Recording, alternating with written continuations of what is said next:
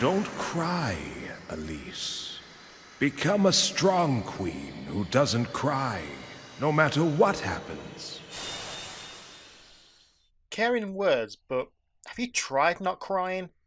I can't even listen to the Dango piano theme from the Clannad anime without feeling the waterworks happening. No, don't you dare start playing it! No! No!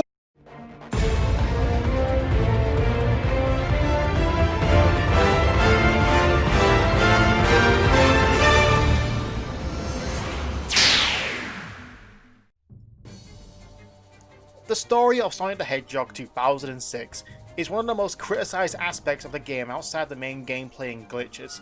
I have my own gripes with it, regarding the forced inclusion of Blaze the Cat, saving Princess being Mario's thing, and how disregarding the writers were when using time travel.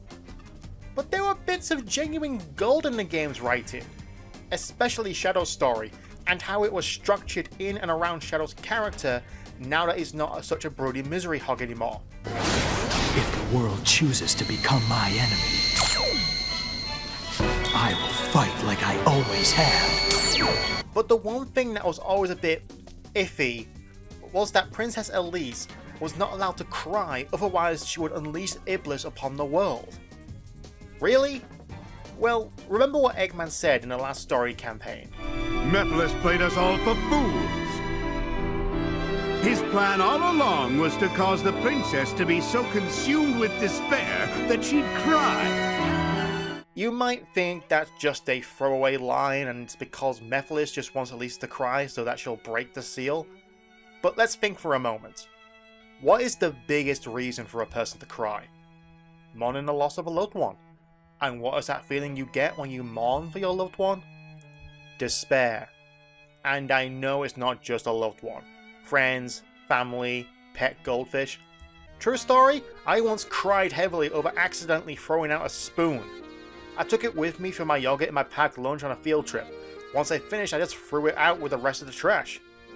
It was a new spoon as well, my mum just bought the set. Seriously, I thought I would be in trouble. Okay, not quite despair, but give me a break, I was 9. Getting back to Sonic's version of Earth, just before the Duke died after the Solaris project failed, he sealed Iblis into Elise, then gave his final words. That's a good girl, Elise. Remember, be brave. Don't cry, no matter what happens. Otherwise, your tears will call forth the flames inside you. Become a strong queen who doesn't cry, no matter what happens. And live happily.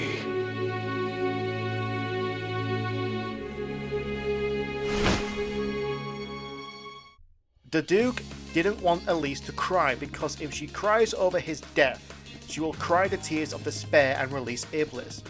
If she cried any other way, for example, banged her foot on something, cut herself, or even chopped onions, it does nothing. It is only when Elise is in complete despair while crying, then the seal is broken.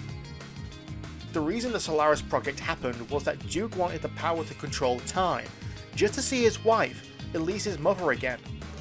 It is clear that he and Elise were in despair when she died. When Elise cried after Sonic was killed by Mephiles' hands, she indeed was in despair, allowing Iblis to be released.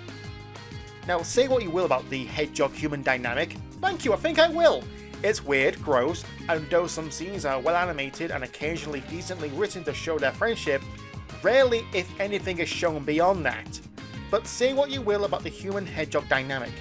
He cared for her in the brief times they were together just as much as Tails or Amy, and she reciprocated it. If Mephiles wanted her to just cry, he would have hurt her directly or waited for her to stub her toe. It's despair, the overwhelming sense of loss, anger, hopelessness, grief, and heartbroken. The act of killing Sonic, who she has grown attached to, was to bring those feelings her father asked her to bury to the surface. So I think we all owe Sonic the Hedgehog 2006 an apology with the crying the world ends jokes we've been throwing at it for the last 14 years. Maybe we should take another look at the game's story and see what the writers were trying to convey in what would and should have been Sonic's greatest adventure. I still stand by the Blazer Cat does not exist. She's not there, Silver. She never was. The power was in you all along. Thank you all so much for watching. If you enjoyed this episode of Blue Blur, be sure to subscribe and ring the bell to be notified. And please hit the like button and rate 5 stars because that really helps out the channel. Plus, if you want to help the channel out further, you can over on Patreon for just $1 a month. Thanks again everyone, and I'll see you all next time.